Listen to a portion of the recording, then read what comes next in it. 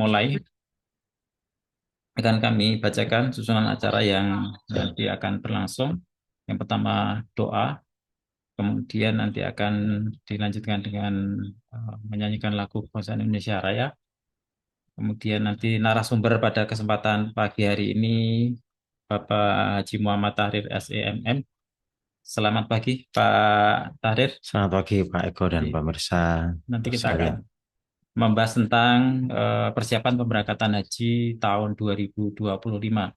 Biasanya kita bertemu di Masyair kalau Ya, di Kamis siang gitu. Oke. betul. Nah, untuk acara yang pertama yaitu doa, marilah kita awali dengan berdoa menurut agama dan kepercayaan kita masing-masing. Berdoa disilakan. Bismillah. Cukup. Untuk selanjutnya menyanyikan lagu kebangsaan Indonesia Raya.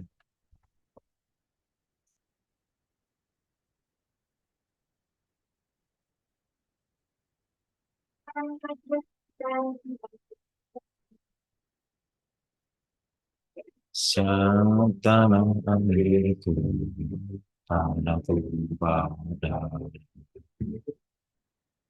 Salam aku berdiri cari pandu ibuku. Indonesia kebangsaanku, bangsa dan tanah air. Marilah kita berseri, Indonesia bersatu. Hiduplah tanahku, hiduplah negeriku, bangsaku, rakyatku semuanya. Bangunlah jiwanya, bangunlah nadanya untuk Indonesia Raya. Indonesia Raya, merdeka, merdeka, tanahku, negeriku yang ku cinta. Indonesia Raya, merdeka, merdeka, hiduplah Indonesia Raya. Indonesia merdeka, merdeka, tanahku, negeriku yang cinta.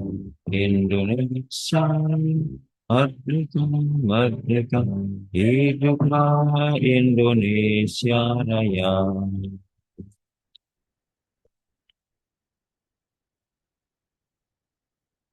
Terima kasih. Untuk selanjutnya kita akan ke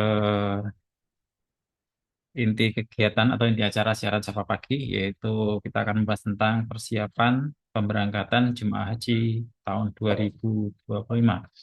Mengapa tema ini kita angkat? Walaupun setiap Kamis kita ada kegiatan manasik haji on air, Mas Mm-mm. Tahir, atau Masyair yang ditayangkan setiap hari Kamis jam 13 sampai dengan selesai melalui channel YouTube Kementerian Agama Kota Yogyakarta.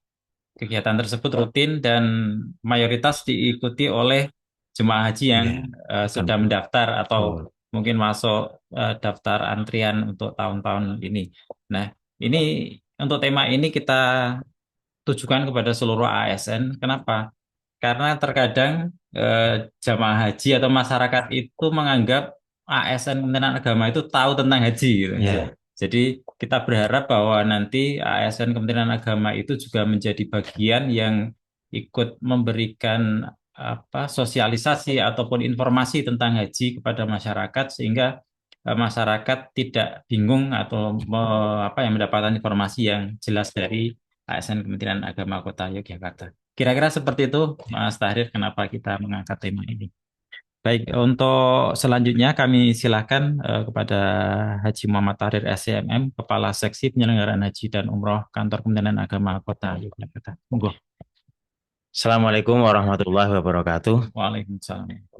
Bapak Kepala Kantor Kementerian Agama Kota Yogyakarta yang terhormat, Bapak Kasubag, Kasih, penyelenggara yang kami hormati, berikut seluruh ASN Kementerian Agama Kota Yogyakarta yang berbahagia, juga adik-adik kita dari PPL, baik dari UIN Sunan Kalijogo maupun Sultan Agung. Wali Songo. Wali Songo ya, Wali Wali Songo Semarang. Semarang ya, Sultan Agung, Wali Songo Semarang. Selamat pagi, salam sejahtera untuk kita semua. Moga-moga dalam keadaan sehat tentunya. Amin, amin.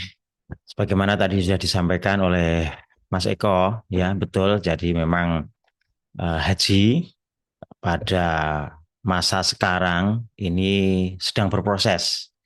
Dan tentu proses-proses itu masyarakat juga banyak ingin tahu ataupun mengetahui sejauh mana penyelenggaraan ibadah haji khususnya pada tahun 2025 ini. Dan sebagaimana tadi disinggung juga, sudah semestinya ASN Kementerian Agama, khususnya Kota Jakarta juga mengetahui sejauh mana proses-proses itu sehingga memang kita di masyarakat sering jadi jujukan. Kalau orang Jawa itu Ya, jujukan itu apa itu? Tempat tumpuan informasi utama ya tentang penyelenggaraan ibadah haji. Nah itu dianggap sebagai ASN Kemenak itu sudah semestinya tahu. Nah, saya kira juga ini menjadi apa namanya pengetahuan yang standar memang sudah harus kita setiap ASN juga mengetahuinya. Baik itu tidak melulu yang orang bekerja atau berada di unit seksi PHU, mm-mm. seksi-seksi yang lain atau bukan teman-teman kita yang ada di Pembimas, Ya, Kristen, Hindu, Buddha, Katolik misalnya. Itu juga sudah semestinya kita tahu. Nah, pada kesempatan pagi hari ini akan kita sampaikan sejauh mana penyelenggaraan ibadah haji tahun 2025. Penyelenggaraan haji tahun 2025 berawal tentunya dari data jemaah. Ya. Data jemaah haji ini mengalami beberapa apa namanya verifikasi, verifikasi sampai 3 kali sehingga pada pagi hari ini bisa kami informasikan data yang kita dapatkan untuk jamaah Kota Yogyakarta adalah jemaah induk sebesar 511 orang. Nah, 511 orang. Kemudian ada sejumlah apa namanya lansia prioritas itu di atas 65 tahun yang sudah urut tertua. Itu ada 11 orang. Rata-rata di atas usia 80 tahun. Di atas 80 tahun. Kemudian cadangan kita itu 136. Nah, 136. 136. Oh ya, ada tambah lagi. Menjadi 143. Oke. Jadi saya ulangi, jemaah kita itu kan yang lansia tadi 11 lansia priority, kemudian induk kita itu 507, kemudian cadangan kita 143, ya, sekitar itu. Jadi ini data utama yang menjadi titik layanan kita khususnya pada penyelenggaraan ibadah haji tahun 2025 ini. Lah kemudian sampai tahapan saat ini apa yang sudah kita lakukan? Ya. Tahapan ini yang sudah kita lakukan adalah pertama kita menghubungi jemaah itu tentunya supaya kemudian terbangun komunikasi dan mempersiapkan langkah-langkah selanjutnya. Bagaimana untuk menghubungi para jemaah ini? Kami melakukan kerjasama tentunya dengan stakeholder terkait. Salah satunya adalah teman-teman dari KUA, Kementerian Sekota Yogyakarta. Nah, dari Bapak Kepala KUA, kita mohon bantuan kepada penyuluh-penyuluh yang ada di kementerian masing-masing untuk diberdayakan untuk menyapa jemaah yang sekiranya ya. nanti sesuai dengan data yang kami share juga tentunya. Kami Untuk sudah nyeplit itu per kecamatan, per untuk kementerian. kuotanya berapa ini? Nah, Kota yang kuota. kota yang jatah Ini untuk berangkat itu ini 500 507 itu. 507 itu yang induk. Oh, siap. Kemudian tambahan yang lansia 11 ya. Kemudian yang cadangan itu 143 tadi. Ya. Nah, Cadangan ini artinya ketika nanti yang Indo itu ada yang tidak bisa berangkat baru sesuai ya urutan gitu ya. betul Nanti. betul seperti itu. Dan apa namanya sebenarnya langkah-langkah ini masih dalam taraf persiapan. Artinya apa? Dari sisi regulasinya itu belum keluar secara rilis resmi. Nah, kita melakukan langkah-langkah awal untuk mendapatkan kesiapan pada saat nantinya proses-proses itu bagaimana timelinenya, sehingga jemaah juga harapan kami tidak ada yang terlewat dengan kita melakukan langkah-langkah lebih awal. Jadi saya kembali lagi bahwa jemaah tadi disapa melalui teman-teman kita yang ada di KUA pertama. Yang kedua, kami juga melakukan sharing data. Data Siskohat ini kita kirim juga ke teman-teman dinas kesehatan. Kemudian di breakdown ke puskesmas Kementerian sekota Yogyakarta yang tujuannya adalah untuk membantu dalam rangka penyiapan istitoah kesehatan. Nah, jadi data ini kita share dua sisi. Jadi ada yang di KUA, ada yang di puskesmas. Sehingga tracking ini harapannya semakin maksimal. Karena potensinya sangat besar di kota Yogyakarta itu. Kami kemarin sampel ya di jemaah yang ada sudah di grup itu, kita tanya lokasinya sesuai dengan identitas pendaftaran itu ternyata hampir bisa dikatakan 20-30% itu sudah tidak ada di kota Yogyakarta, sudah ada di tempat tinggal di daerah kabupaten lain selain kota Yogyakarta. Ada yang di Kulon Progo, ada yang di Bantul, ada yang Sleman, bahkan ada yang di Gunung Kidul juga seperti itu. Nah, ini sangat dinamis sekali untuk data kependudukan jemaah di kota Yogyakarta ini. Nah, itu kemudian Kementerian, kemudian puskesmas kita sinergikan. Dan satu lagi, teman-teman mitra kita yang strategis yaitu KBHU. KBHU ini juga menjadi mitra strategis kita dalam rangka mengupayakan tracking jemaah. Sehingga mereka dalam rangka memberikan binaan dan pembekalan kepada jemaah juga kemudian bersama-sama untuk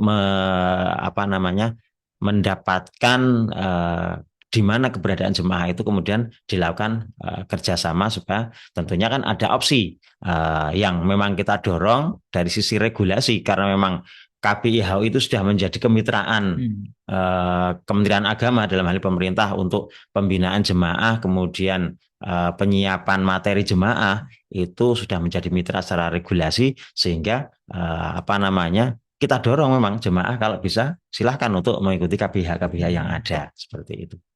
Nah, jadi ada 3 sisi yang kemudian ini mudah-mudahan semakin akurat data ini, jangan sampai nanti jemaah itu ada yang tidak tersapa kemudian tertinggal, tidak mendapatkan informasi. Nah, itu yang pertama. Dan data ini tadi sudah kita sampaikan ada 507 induk, kemudian 11 lansia dan 143 cadangan. Nah, kemudian capaian apa yang sudah kita dapat? Capaian yang kita dapat adalah untuk jemaah yang sudah kita sapa dan kemudian melakukan persiapan dokumen.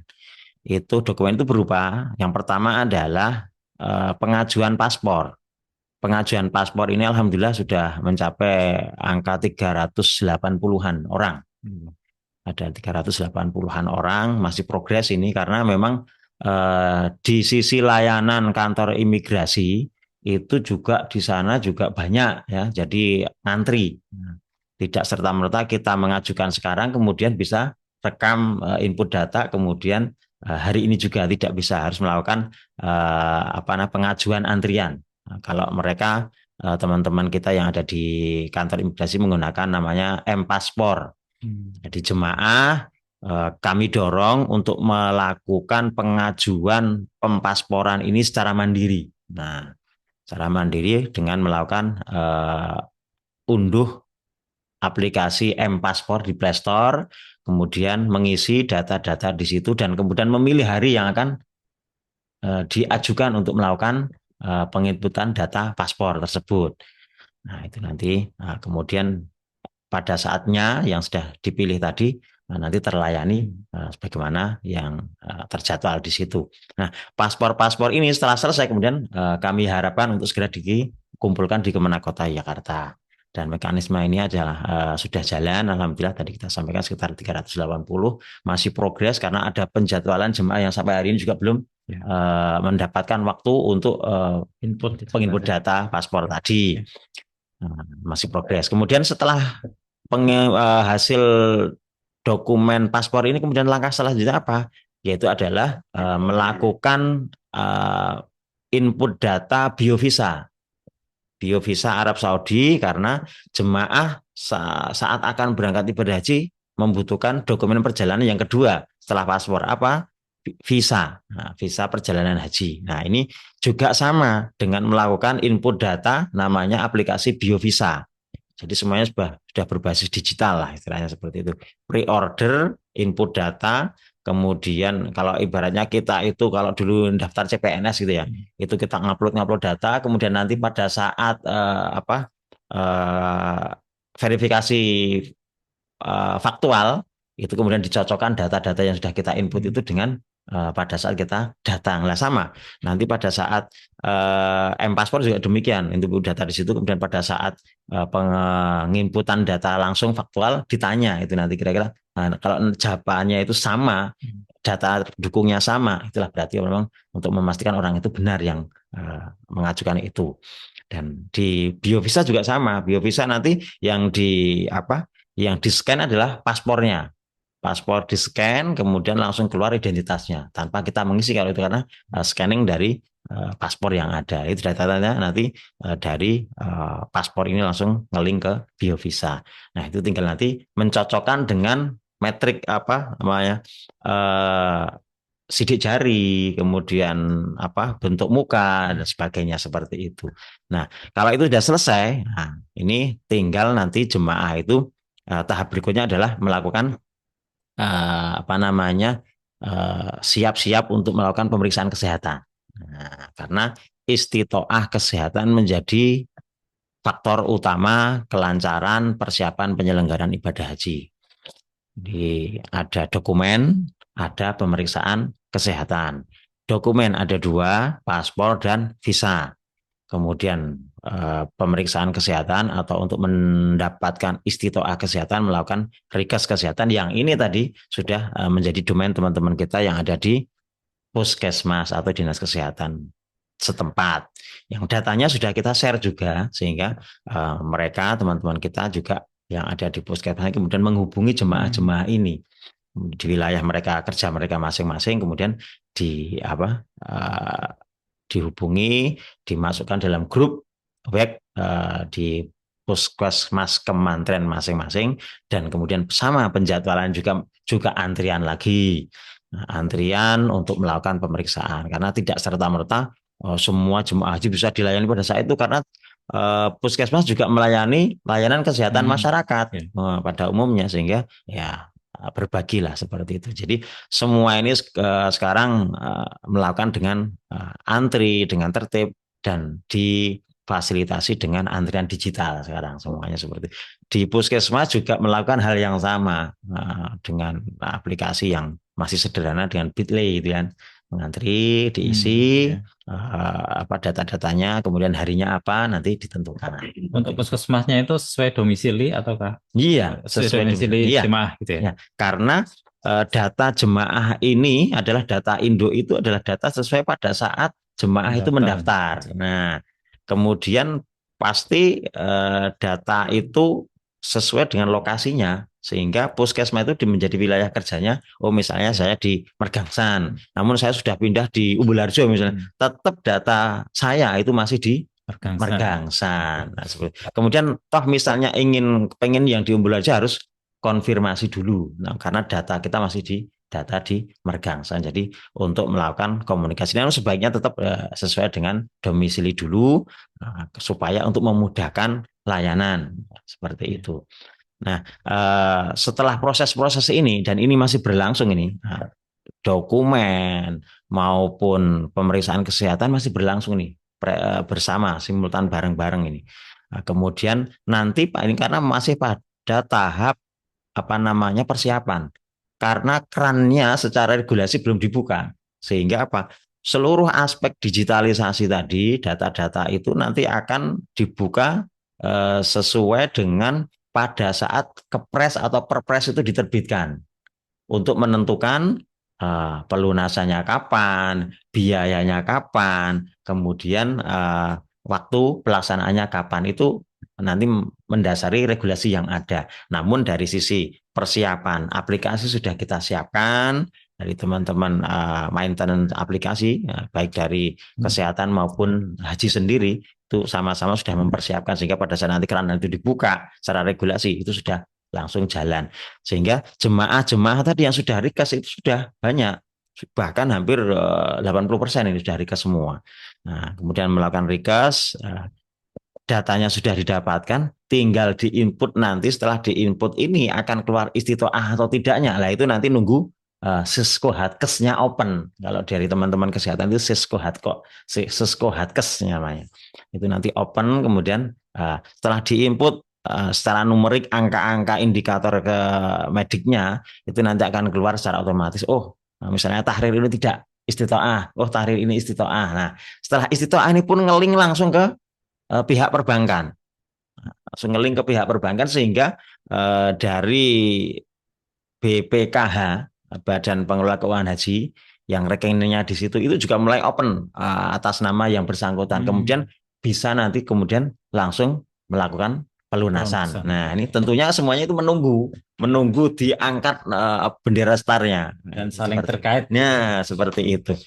Di yang pertama tentunya yang ingin kita sampaikan bahwa pertama jemaah itu harus memantau terus dari sisi persiapan penyelenggaraan ibadah haji ini. Sehingga kemudian hal-hal yang terkait bisa dipersiapkan lebih awal. Bagi kita, bagi ASN, proses-proses yang sudah kita sampaikan ini moga-moga nanti menjadi gambaran apabila kita sebagai ASN Kementerian Agama Kota Yogyakarta khususnya nanti misalnya di lingkungan kita atau bahkan keluarga kita atau mungkin juga bisa menginformasikan seandainya di wilayah kita juga ada teman atau keluarga kita, saudara kita, tetangga kita yang mungkin belum tahu karena kita juga masih proses tracking ini. Nah, mungkin ada nuwun sewu eksodus dari kota Yogyakarta ternyata tinggal di tempat kita dan seperti kayak saya di Sleman gitu ya. Ternyata beliau misalnya itu terestimasi tahun ini berangkat dan tidak tahu atau belum tersapa tadi. Nah, itu yang kita harapkan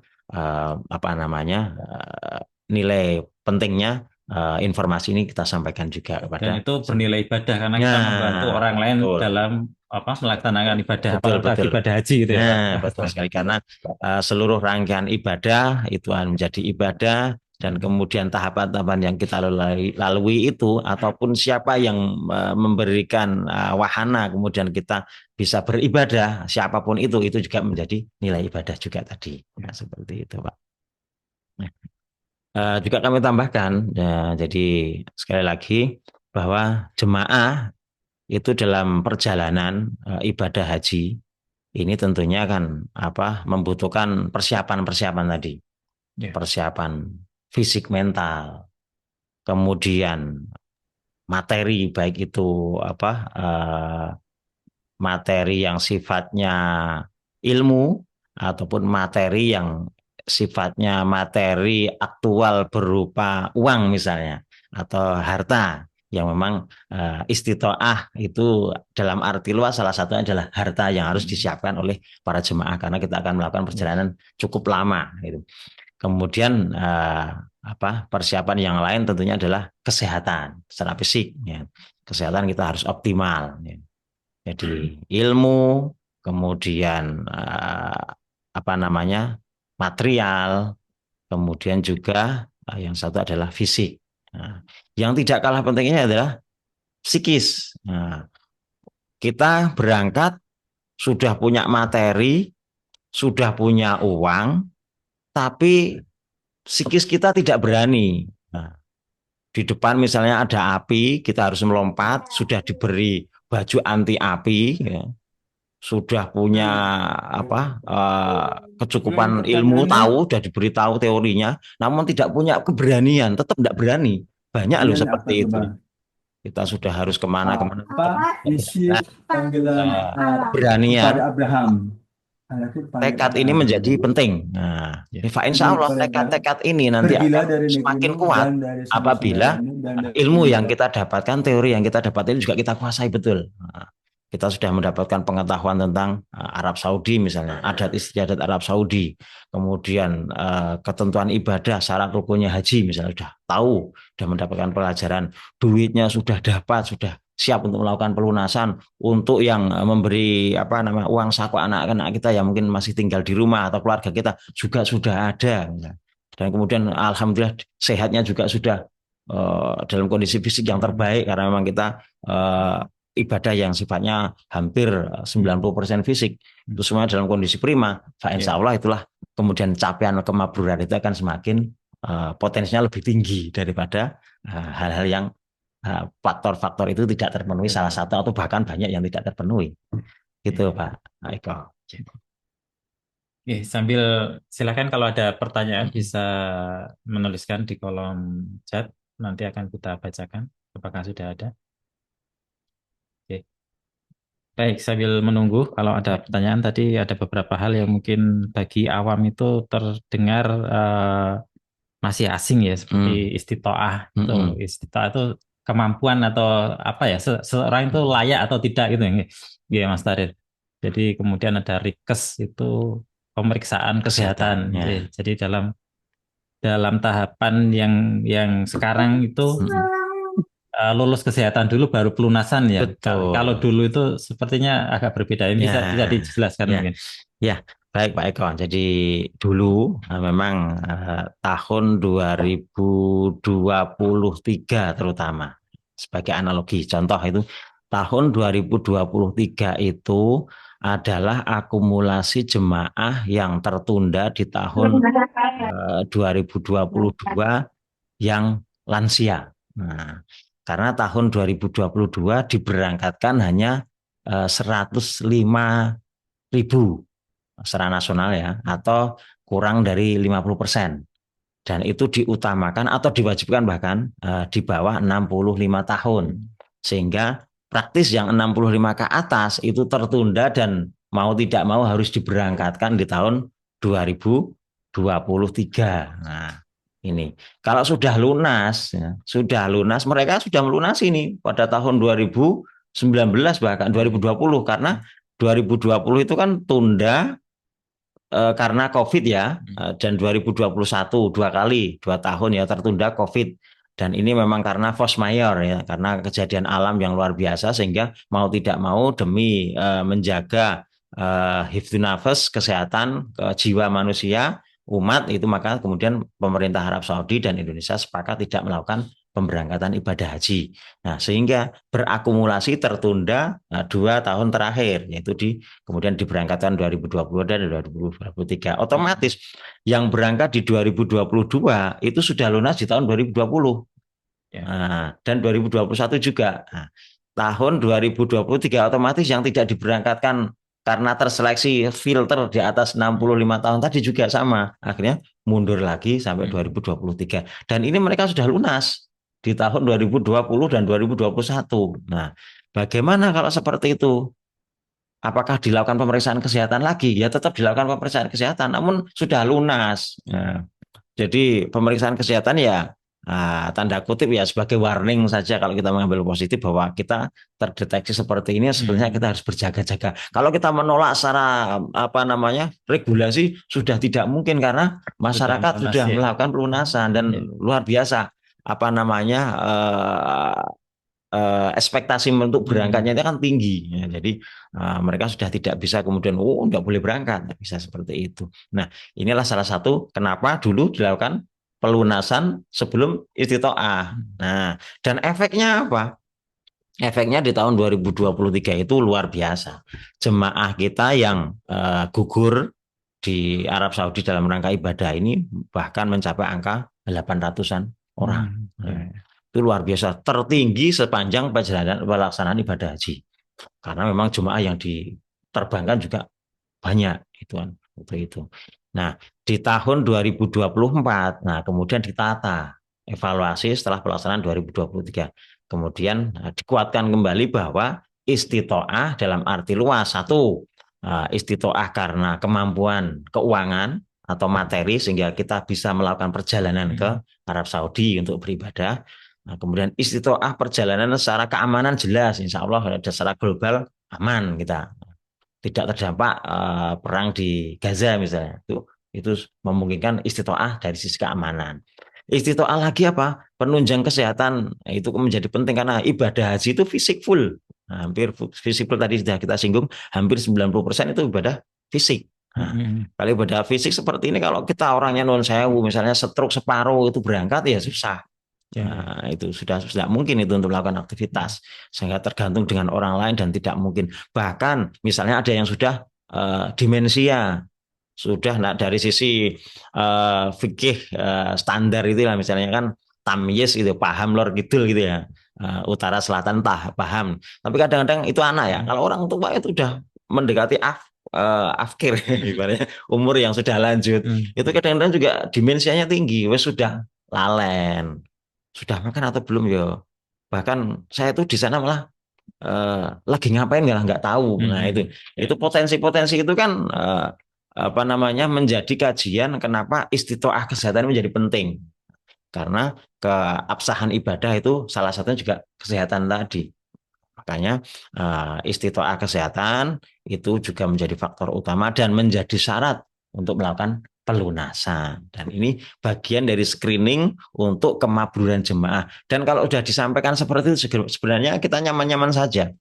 Contoh, kita puasa Ramadan. Orang puasa Ramadan itu fardu ain, wajib setiap orang muslim. Kemudian misalnya kita sakit, ada rusuh, kita boleh untuk tidak puasa.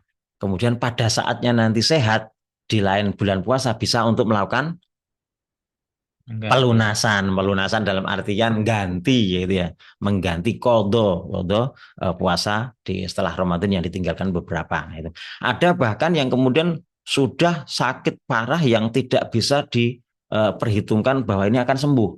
Ya sudah, itu betul-betul rukhsah. Beliau-beliau ini nanti tidak harus mengganti puasa lagi. Nah, ta'adzur lah, oke, tidak masalah. Lah itu sama haji.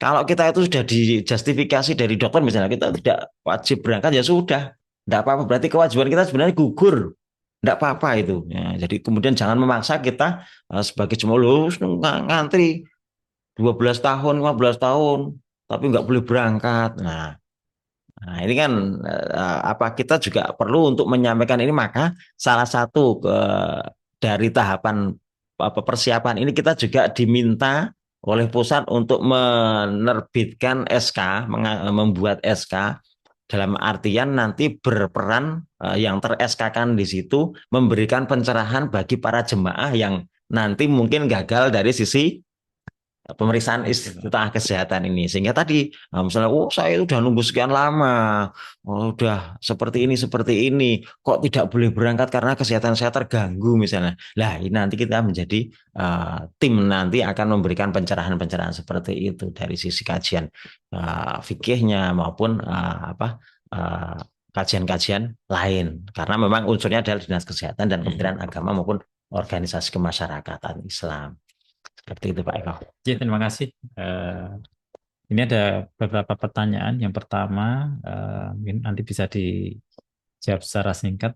Living cost tahun ini berapa? Nah, living cost ya. Living cost kita sudah terhitung tahun 2023 itu 750 real. Senilai berapa itu kalau Itu kalau di rata-rata 750 real, rata-rata 1 real itu 4.000. Nah, kira-kira sekitar 3 jutaan lah. 3 jutaan. Nah, 3 jutaan sedikit itu lah. Ya. Itu living cost. Dulu itu sebelum itu ya, itu 1.500 real. Jadi sekitar 6 juta. Itu sekitar 6 juta. Itu living cost kita. Nah, kemudian sebenarnya yang ingin kita sampaikan, kalau kita itu tanpa living cost, bahkan tanpa sangu apa-apa, ya, tanpa sangu apapun, sepeser rupiah pun, kalau kita itu berangkat, namun ya standar sesuai dengan layanan, itu wis tercukupi semua. Karena apa? Makan kita selama 41 hari itu full ditanggung oleh negara. Nah, kalau dulu 2023, 2024, bahkan tahun-tahun yang lalu sempat kita, kalau cerita orang-orang tua kita dulu yang sudah berhaji, bawa peralatan masak sendiri, minum-minum sendiri, kan gitu lah. Kalau sekarang tidak. Wah, untuk 2 tahun terakhir, 2023 dan 2024, itu ada memang space kosong yang tidak dilayani untuk konsumsinya, yaitu 2 hari sebelum puncak haji, Arafah, Musdalifah, Mina. Jadi misalnya taruhlah kita berangkat ke Arafah itu tanggal 8. Itu tanggal 6, 7 itu sudah off makan cateringnya itu. Kemudian pasca Armusna di tanggal 14 dan 15 itu juga off. Nah, akhirnya baru datang di tanggal 16. Nah, ada 2 hari yang space kosong itu kalau 2023 dan 2024. Namun beberapa diganti dengan makanan pengganti seperti apa? Seperti mie cup, nah, seperti mie dalam cup itu atau roti seperti itulah. Nah, namun tahun ini Pak, insya Allah sebagaimana optimalisasi pelaksanaan ibadah haji dan itu bagian dari evaluasi tahun kemarin dan ini didorong oleh teman-teman legislatif itu akhirnya disiapkan bahwa penyelenggaraan ibadah haji tahun 2025 ini semuanya tercover dengan konsumsinya. Jadi praktis ora sangu apa-apa bisa aman, nyaman di sana. Kemudian akomodasi juga hotel full, tidak mungkin kemudian 2 hari disuruh tidur di luar, tidak ada, semuanya full. Transportasi ada bus sholawat, setiap kita saat kita pengen ke Masjidil Haram tidak hanya di waktu sholat 5 waktu. Sholawat bis sholawat artinya kan bis sholat 5 waktu. Nah, menghantarkan setiap jemaah yang ingin ke Masjidil Haram itu disiapkan bus. Kalau kita ya barunya Trans Jogja itu tanpa menunggu apa kita minta pun dia putar terus selama 24 jam gitu. Jika ada penumpang pasti diantar. Nah, itu. Jadi semuanya sudah dari akomodasi, dari transportasi, dari konsumsi semua tercover. Tidak ada yang terbengkalai sehingga living cost praktis tidak digunakan. Maka nanti digunakan itu optimalnya untuk apa? Untuk pembayaran dam. Karena kita jemaah kita Indonesia itu insya Allah bisa kita katakan hampir 80% lebih itu tamato, melakukan umroh terlebih dahulu karena datang sebelum puncak haji. Nah, sehingga datang ke Mekah itu kan, kalau datang ke Mekah kan harus langsung ke Masjidil Haram ya. Kalau ada harus ikram ya. Makanya kemudian melakukan tamato umroh dulu sambil setelah itu selesai menunggu waktu untuk nanti puncak haji. Ada juga yang memang biasanya itu haji-haji khusus, itu memang datang langsung tanggal 8, 9 sudah baru langsung sampai ke Mekah lah, otomatis langsung ke Arafah. Nah, makanya dia hajinya ifrad atau bahkan mungkin kiron, seperti niatnya bareng dengan umroh atau hanya haji saja. Nanti kemudian umrohnya setelah haji selesai. Nah, seperti itu. Nah, kita yang reguler itu kebanyakan tamato. Nah, implikasi atau dampak dari tamato ini adalah dam. Dari dari kesempurnaan ibadah haji kita, rangkaian ibadah haji kita, maka ada dam di situ. Tamato bernilai sekitar menyembelih seekor kambing. Nilainya berapa? Kalau di seekor kambing di sana itu nilainya adalah tahun kemarin itu 560 real. 560 real. 560 real berarti sekitar 2 jutaan. 2 jutaan 800 sekitar gitulah. Nah, seperti itu. Nah, sisanya lah itu yang uang jadi uang saku kita ini untuk jajan bakso misalnya, kalau pengen bakso di sana juga ada bakso kok gitu. Ada pengen cilok, kalau cilok kan mungkin agak jarang-jarang. Kalau bakso, soto itu ada. Ya, yang sering itu yang menjadi favorit itu apa? Indomie gelas. Ya, itu yang paling favorit itu. Nah, itu yang paling dicari biasanya untuk tombol kangen. Nah, itu. Karena ya yang namanya konsumsi paketan itu ya nggak mungkin kan setiap hari selama 40 hari itu beda. Pusing itu karena chefnya untuk membuat jadwal 1 hari selama 40 hari itu berbeda tiap hari kan nggak mungkin. Pasti nanti berapa kali berulang akhirnya kadang-kadang ya bosen kan seperti itu. Nah. Baik, terima kasih. Kemudian ada pertanyaan lagi ini cukup panjang dari Pak Nurul ini KUA Gedong Merah. Ya. Mohon maaf berkenaan Mm-mm. menyampaikan keluhan dari tetangga yang Mm-mm. pernah mengalami kejadian Mm-mm. yang bersangkutan sudah masuk dalam daftar keberangkatan. Mm-mm. Saat screening kesehatan, Mm-mm. suami tidak ada masalah, tapi Mm-mm. istrinya mengalami data yang terinput di Dinas Kesehatan, nomor Mm-mm. porsinya terisi data orang lain. Mm-mm. Kemudian untuk mengurusnya berjenjang dari Kemenak Mm-mm. wilayah sampai saya mesti digeser lagi sampai pusat. Nah, ini Mm-mm. seperti apa kalau ada kejadian semacam ini? Solusinya Nah, macam. oke, nah itu hampir sama dengan jemaah tahun ini. Hmm. Tahun ini kira-kira 2 hari yang lalu itu saya mendapatkan laporan itu. Nah, ada jemaah kami, jemaah kita itu yang sudah melakukan pemeriksaan kesehatan. Nah, nyicil tadi ya, kita kan ngomong proses nyicil ini, menyicil melakukan kesehatan. Setelah selesai, data itu kan diinput teman-teman operator Sisko Hatkes Puskesmas Kementerian. Nah, setelah diinput tes nomor porsi sekian tes gitu, ternyata sudah terisi. Wah, setelah dilihat data itu ada data itu terisi apa identitas jemaah itu di wilayah lain dari wilayah lain. Nah itu gimana ini? Nah, ya kebetulan aja dari sisi sisi positif ini sisi positif. Data itu yang diinput itu eh, nomor porsinya yang bersangkutan ini terinput atas nama berbeda ya. Nah, atas nama berbeda itu dengan kondisi istitoahnya baik. Gitu. Kalau ini seperti itu, istitoahnya itu baik. Jadi misalnya kita apa ya menutup mata itu ya berarti itu aman itu sebenarnya. Namun tidak itu yang kita inginkan. Jadi kemudian ada masalah itu ya kemudian karena ini domain teman-teman dari kesehatan. Karena ini domain dari teman-teman kesehatan, kita sudah berkoordinasi. Kita sudah mendapatkan laporan itu dan kita sudah berkoordinasi dengan dinas kesehatan. Kemudian dinas kesehatan melakukan koordinasi ke puskesmas tersebut dan melakukan sinkronisasi dengan data jemaah yang terinput itu dari kabupaten lain tadi sudah teridentifikasi kabupaten mana. Ya, dan puskesmas mana itu sudah teridentifikasi dan sudah dilakukan rekonsiliasi ini. Tinggal memang berjenjang betul karena memang nanti melakukan edit data ini harus dilakukan open data lagi dari pusat.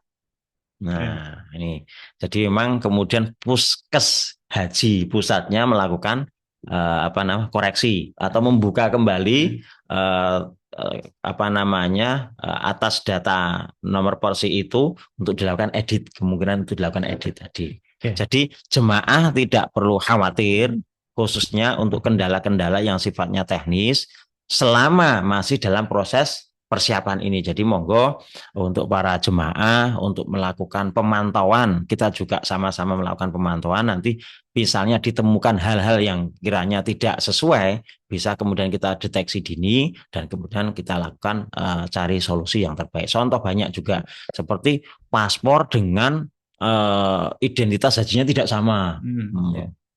Namanya Tahrir Harjo Sumitro misalnya. Di KTP Muhammad Tahrir. Pas menikah Muhammad Tahrir Harjo Sumitro. Ditambah itu jeneng tua kalau orang Jawa biasanya gitu toh. Nah itu udah beda lagi. Nah ini paspornya gimana? Nah itu banyak kasus-kasus seperti itu. Dan itu nanti ada surat keterangan beda nama. Dan itu cukup dari kita. Jadi tidak perlu. Berarti masyarakat tidak perlu khawatir. Semuanya tersolusikan.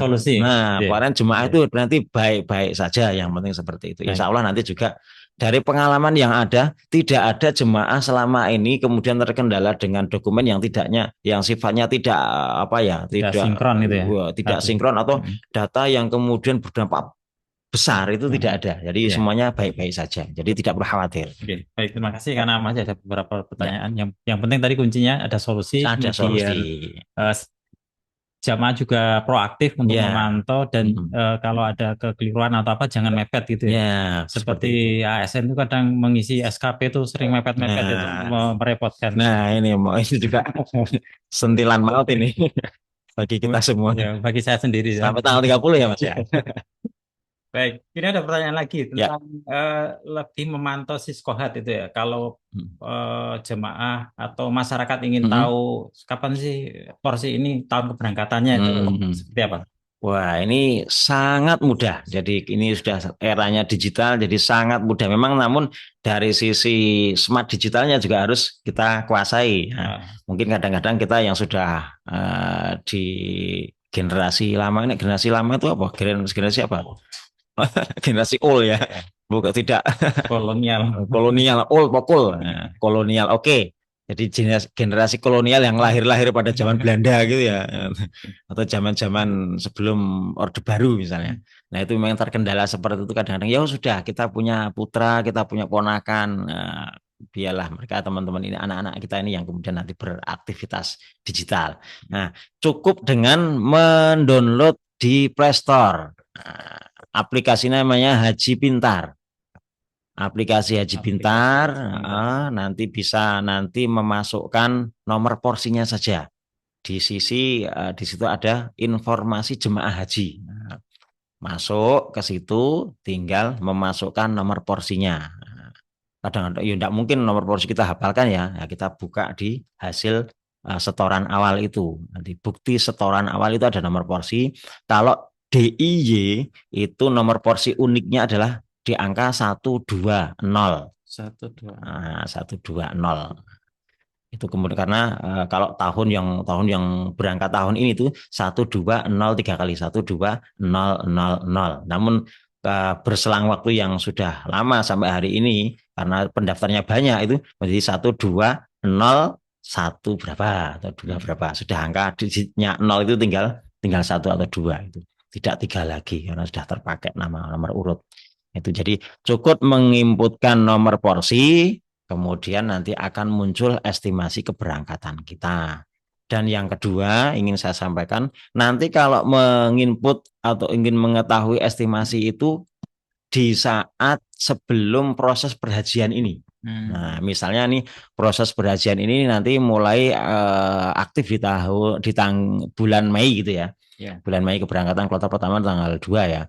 Itu selama sampai dengan kira-kira di bulan Agustus nanti aplikasi itu melakukan maintenance karena penyesuaian jemaah-jemaah yang berangkat karena menggantikan orang tuanya, membadalkan dan sebagainya. Maka di masa itu akurasinya kurang bisa dipercaya secara penuh.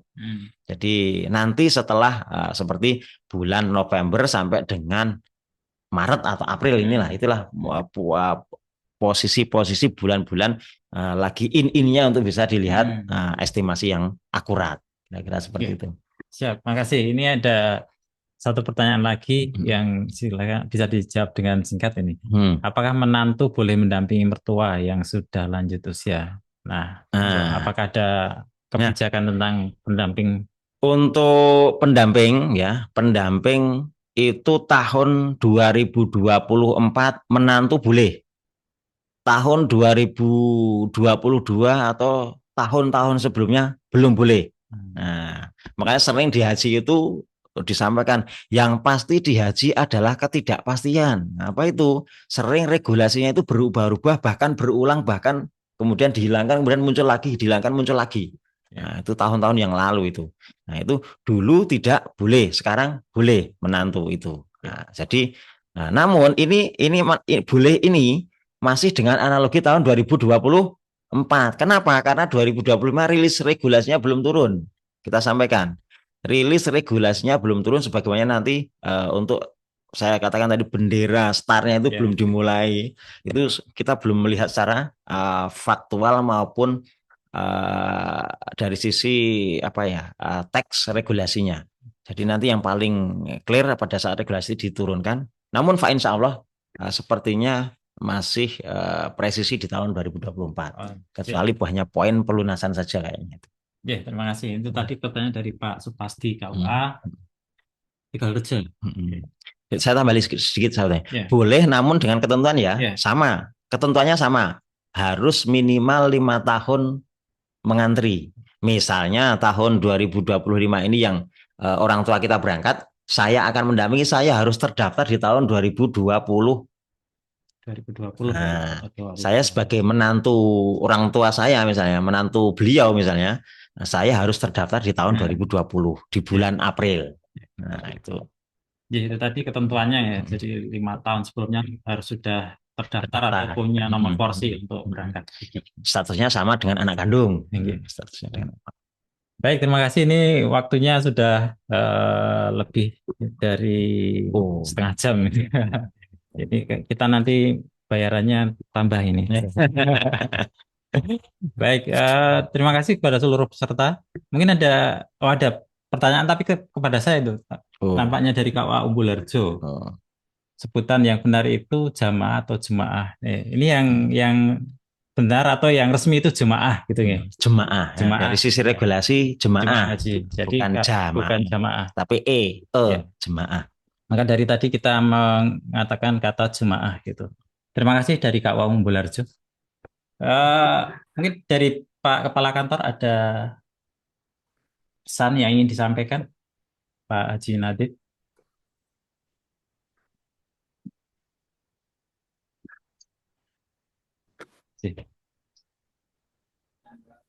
Monggo, Pak. Sebentar.